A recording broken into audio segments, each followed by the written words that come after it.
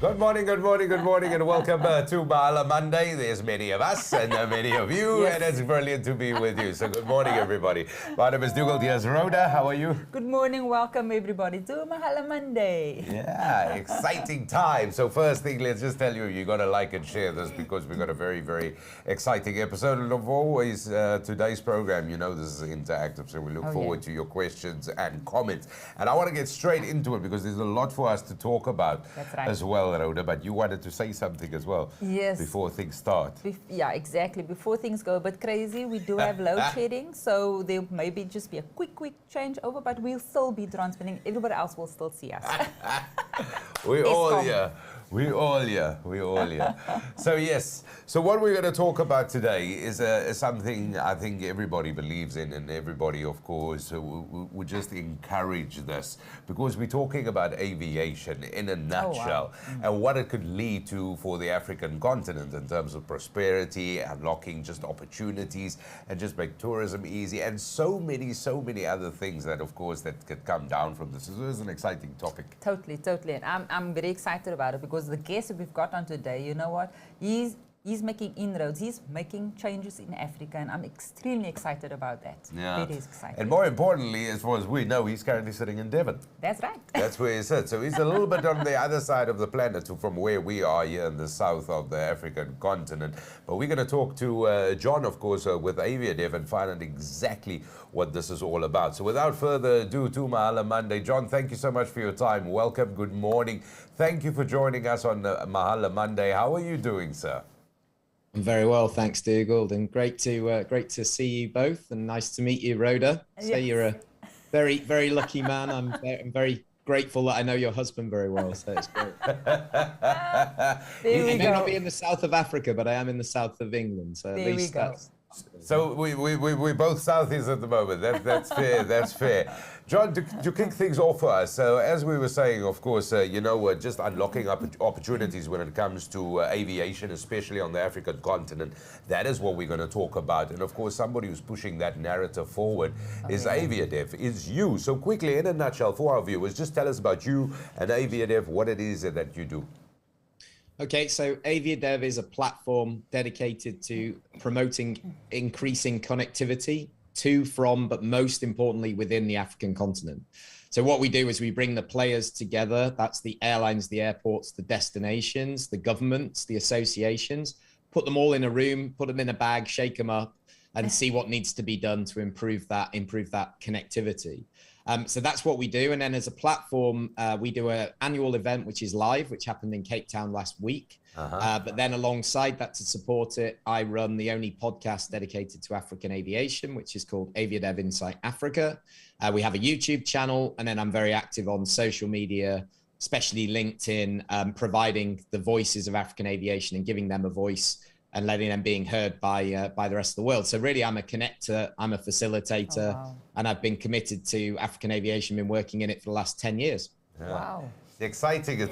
And that is what we want to talk about, because, I mean, how important is this compared to where the African continent on, and we've seen some wonderful images about just connecting people, and obviously there's a whole room and a host full of people from the African continent, we would assume at the conference there, stakeholders within the aviation industry on the African continent.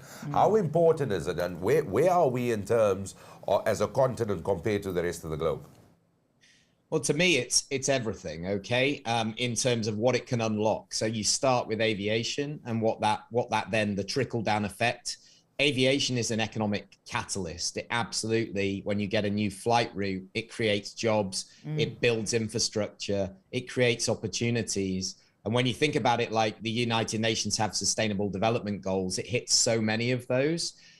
You know, we can talk about climate change and things like that, of course, but that's a very small part of global emissions comes from aviation. It's doing more than anybody else. But in terms of where Africa sits, you know, it's a very well-worn conversation, but Africa has about 16% of the world's population, but it only has about 2% of the global aviation industry. So far from punching at its weight, it's so far below its weight. And you can look at this in two ways. You can say, oh, what a basket case, let's forget about it. Or you can see that as a massive opportunity to obviously develop and to get its fair share. Yeah. And that is obviously the crux of what the conference is all about. It is about getting all these stakeholders in a room, as you had to put in the beginning, and just taking things up. And I mean, so who would attend a conference like that? Just for the layman, who would attend it? No, great question. So the first thing to say is there's no membership basis to this. So we're completely agnostic, whether you're a state-owned enterprise or a private business, you're welcome at AviaDev. And so that's from an airline perspective, an airport perspective, whatever it may be. So that means that everybody that attended, and we have 300 people last week, have chosen to come. Nobody's coerced them to come. They're coming because they want to have those conversations, but they're also coming because they want to be challenged. And we pick through our program that we delivered last week, we pick moderators from the industry. We're not there to listen, with all due respect to politicians. Politicians should be there to listen to the industry that they represent. They ultimately work for us, the taxpayer, and they should be there to take part actively, to listen, to engage, and to understand what they can do better, to create an enabling environment. That's what Africa has struggled with. It's protected for too long, and it hasn't created an enabling environment. It's either looked after its own interests, country by country, or it's protected something that was failing as an entity in its own right. And that time and the feeling we got from last week is that's starting to change. Yeah. Listen, I'm smiling because you said a couple of things there that is like from my personal book here, because I believe that firmly, and I know we never talk politics, but I want to say this: all governments, doesn't matter where they are, you got to take your cue from the people, organizations, entrepreneurs, and especially when it comes to linking intercontinental prosperity, because that's what everybody is after. Now, I want to touch base on the COVID thing as well, because that has put a damper on it. But I know you got a lot of questions. I just want to ask: so, how many conferences has been there now, as far as AviaDev is concerned? That was our 5th live one and our 6th in total, if you include our digital one, which was done in coordination with Madagascar. We were due to deliver AviaDev 2020 in May 2020 in Madagascar. I was there in February 2020 to do a press conference. We had a question from the press about COVID. We said, oh, look, I'm not an epidemiologist, no idea. 3 weeks later, I was locked in a bedroom for 2 years. So, well, unfortunately, we weren't able to deliver that event live on the island, because that would have been huge for the development of a country like Madagascar. Being an island, it needs aviation. You can't connect any other way. There's no alternative transport. So we did that virtually. We're hoping one day we'll be able to go back to the island once the politics settle down. And, we're always at the mercy of politicians making decisions for very strange reasons across the globe. So the one thing aviation knows very well is there's plenty of turbulence at all times. But, we remain as positive as possible. Exactly. And we're just looking at positive, and obviously, like you're saying, just linking everybody. And at the moment, I know we had a show last week as well. We were talking about there's a trade agreement that's being signed right now, intra-African trade agreement. So, and the stats are saying 70% of trade on the African continent with other continents, while only 30% is extra-Africa trade. So, obviously, where you're concerned, where you just kind of opening those doors and saying, look at the possibilities is there, it can be done. Am I correct? Absolutely. I mean, what we've got from an African perspective, just to get into that just in a real basic level, is the African Union has something called the Agenda 2063. And what they're trying to do, it's based around 3 main pillars. The first is free trade, tariff-free trade. So if you trade between African countries, you don't have these individual tariffs and taxes which are actually preventing free trade and preventing people from doing business cross-border. It may be easier if you're in Africa to do business with China or Europe or the US than your neighbor. That has to change if Africa is going to change the narrative.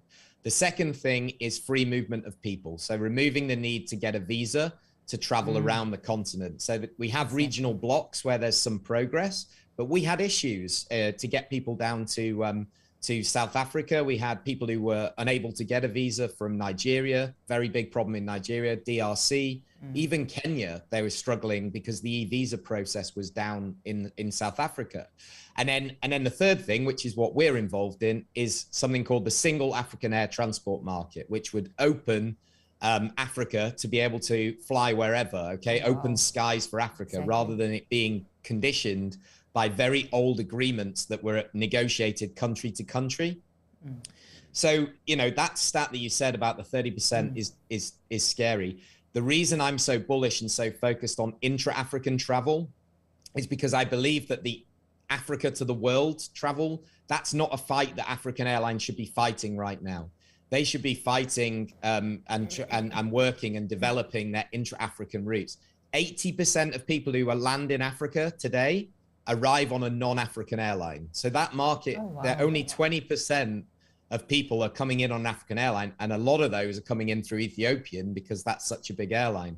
Yeah. I don't believe that's the fight. The opportunity is to provide that last mile delivery, work with partners who bring those people into the continent. And then it's our job in Africa to put those people take those people around and connect the cities within Africa. Yeah. Oh, wow. Listen, I mean, those are big numbers that you're mentioning there in terms of the airlines that we have on the continent. Now, we spoke off air and you said that a lot of airlines on the African continent are owned by governments, where that doesn't seem to be the tendency across the globe. Yeah, so you've got sort of three different things. You have completely private airlines. So we had the largest private airline in Africa, which has just celebrated 30 years of operations, which you guys will know, which is Airlink. So Airlink is now independent, but it was a franchise of South African Airways up until a couple of years ago. So we had Airlink. They're completely private. Then you have an airline like Ethiopian Airlines, which is the biggest airline on the continent. It is state-owned, but it is run, it is managed, it is developed by industry professionals. And it has a very, very stable leadership process. So the government owns it, but they leave it to the professionals to run. And then, I'm not going to name names, but there are also airlines that are owned by the government. And then the government really gets involved in the actual decision-making process when they don't know the industry, and they're the ones that they do struggle from that perspective. So, you know, they're the kind of three major kind of ways that we would divide them up. But as I say, they're all welcome at AviaDev if they've got the right attitude and they want to talk and they want to develop, then we'll give them the platform. Yeah.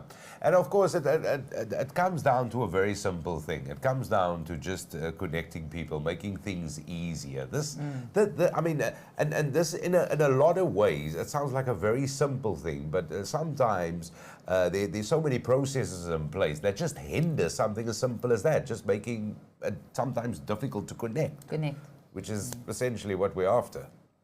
That's exactly it. So our theme for AviaDev this year was connect, collaborate, and change. Exactly.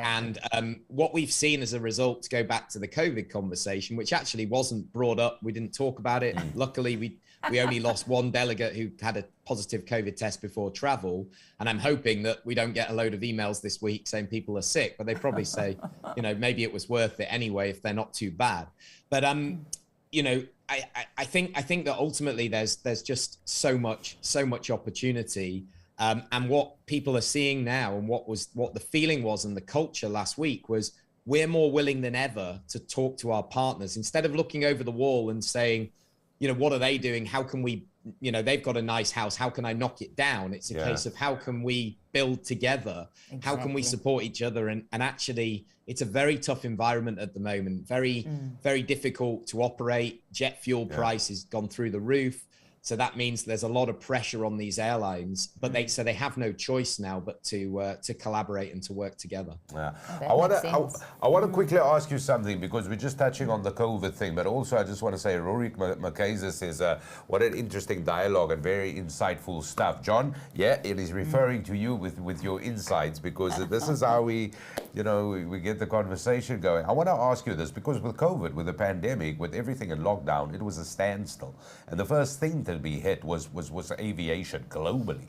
Now, in terms of the numbers you mentioned earlier, especially when we look at the continental, and when we just with Africa in reference here, if we look at continental flights for that matter, this is a standstill, and it literally throws an industry that, by assumption, is maybe not in its infancy, so it's well beyond that. It is just making the process easier. But this could have thrown it back into the Stone Age, having this whole quiet time and lockdown and just shut down and nothing happening for 2 years. The way going forward, are we seeing a bit more, in terms of the stakeholders, a bit of a more precise commitment, a bit of an energized move to sort of make up for lost time? Do we sense that? And in the conference, was that even something that came up? 100%. I mean, you've got 70 years of commercial aviation and all we've seen is growth, right? So I'm afraid there's a lot of complacency as well out there in terms of people feeling that they, that the gravy train was going to continue. And what you have in Africa is you had a massive reliance from airports on what we call aeronautical revenue. That's money that's generated from movements of aeroplanes. So that's landing fees, that's handling fees, these kind of things. And those disappeared overnight. When you stop flying, they're gone. There's no way of making money outside of that. And Africa particularly was very exposed to that versus globally. For example, if you go to Helsinki Airport in Finland, people go there on the weekend because it's like a shopping mall as well. So they have retail space. Wow. They have offices in there. They're more resilient to something like a pandemic because they make their money from places outside of aviation. Oh, wow. But Africa, in terms of what we call non-aeronautical revenue, is way below the global average. And those now they're realizing, well, actually, we need to diversify our business away because if something like this happens, then we're completely exposed. And what you found is that obviously the airports for the last 2 years have really struggled to be able to survive. So, they will survive because 90% of airports in Africa are state-owned. They will survive. But, we want them to run as businesses, not as subsidized entities. Exactly. So I want to touch on a topic. And I know I'm very much over girl power and lady power at the end of the day. And I believe that you actually have a program that's running the Girls Fly program for Africa. 100%, yeah. So their hashtag is one girl at a time. Oh, yeah. And the founder is somebody who's a member of our advisory board, Rafilwe Ledwaba. She's broken every glass ceiling there is. She was the first Black female commercial pilot in South Africa. She's into drone technology. She flew helicopters for the South African police force, all sorts. And we partnered with her. And on last Wednesday, we went to a residential camp in Paarl. And I don't know whether you guys can still hear me. Can you hear me? I think there's load shedding at the other end. Yeah, we can hear you. Keep going.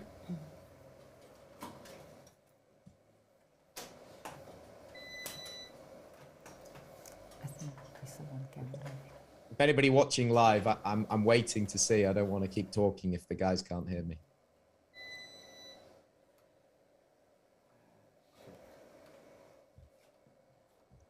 You're listening and watching Mahala Monday with Dugold and Rhoda.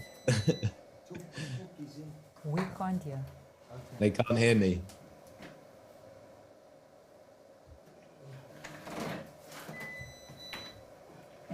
We coped with this last week as well. So yeah, I'm sure everybody out there is very aware of the situation. This is nothing to do with the guys back in SA. They're waiting. There we go.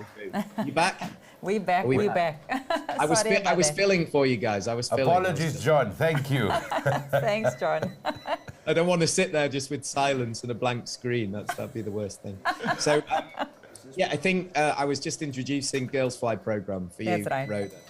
So, last week they ran a program for 14 to 16-year-old girls that were chosen through a competitive process, and they were taken to Paarl for a 5-day residential program where they learned about drones. They had talks from female astronauts, all sorts.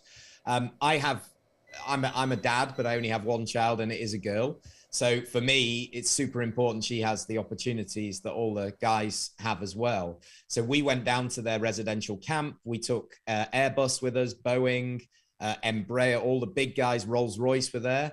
And we helped them with their projects in the morning. We ran an aviation quiz with some prizes, and we did a paper aeroplane building competition.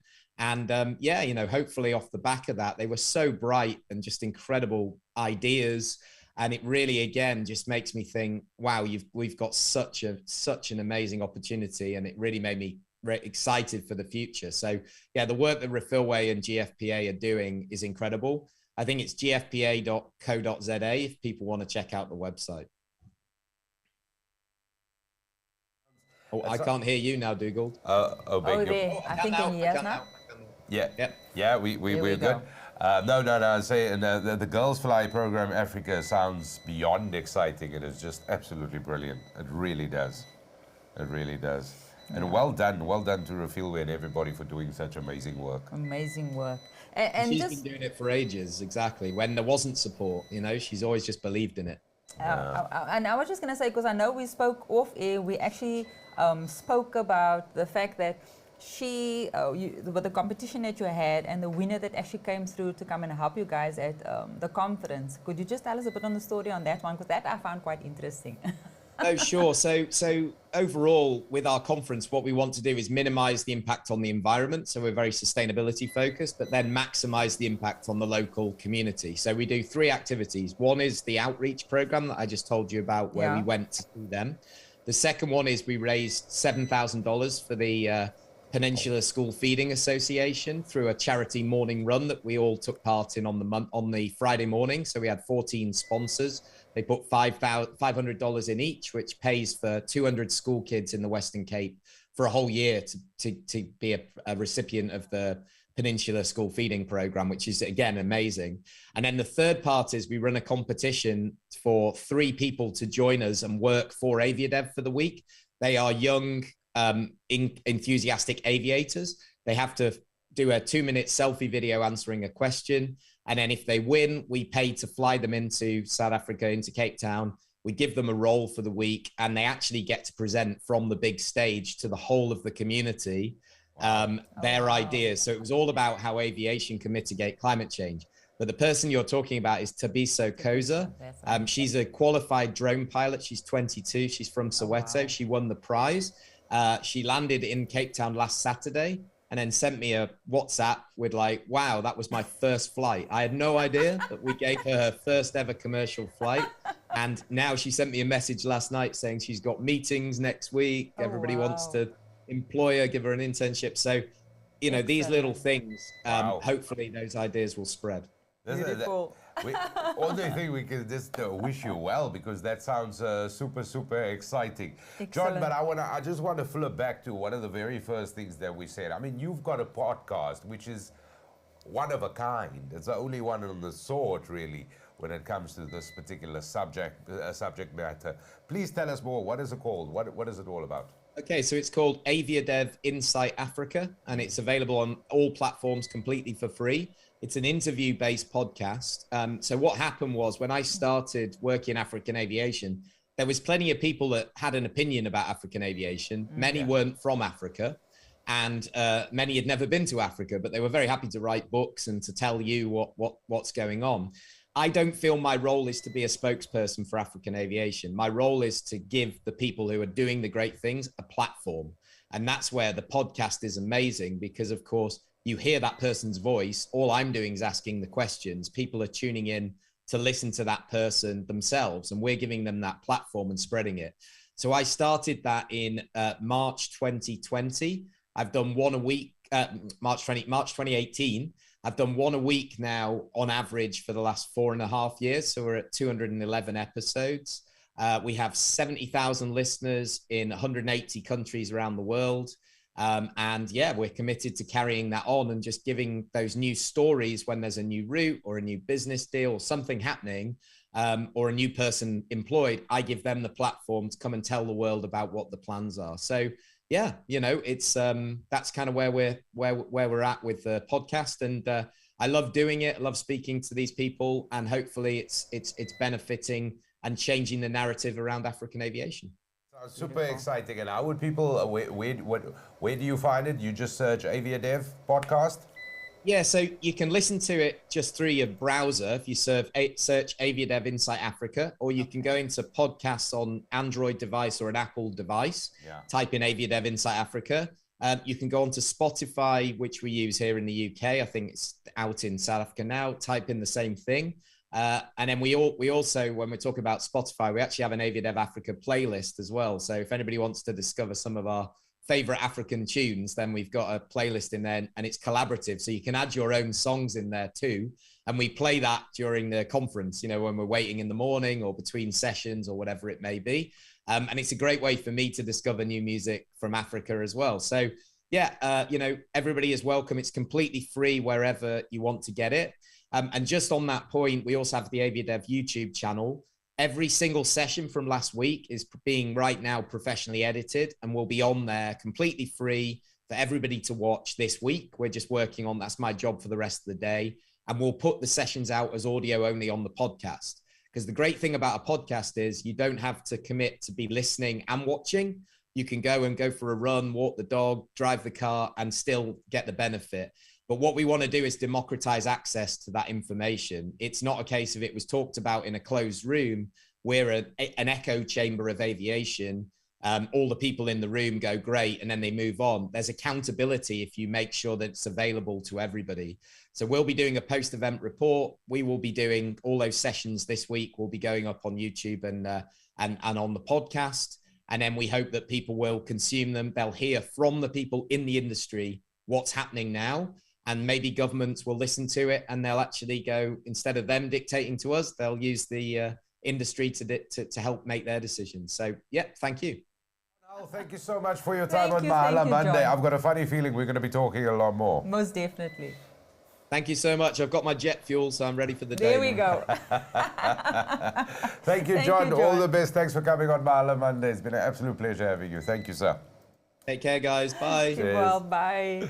That was John Howell, everybody, with AviaDev. wow. And I tell you what, insightful. And, Totally. and I like this. And just to summarize what he said, you know, it's Yeah. about making that connection and providing that. Exactly. And the conferences that they're doing is having that platform so we can talk about it. Exactly. Like As it says, citizens of the continent. connect, collaborate, and change. Yeah. Exactly. This is a very insightful because everybody is getting excited with the Africa Free Trade Agreements that is coming in. yeah. Aviation can unlock this, and of Unlock course this as the well. opportunities could be endless. Of course, the most important thing. I mean, this is a conversation that has been starting and it's continuing, and that is what we're doing, which is absolutely exciting. What you got to do is like and share this video. That is what you got to do, and I tell you what, I'm looking forward to the very next episode on Mahala Monday, because I'm going to learn something again. Definitely. That is it, Rhoda. That's it. Have a fabulous week, everybody. Thank you very much, and thanks to John. Bye-bye. Bye.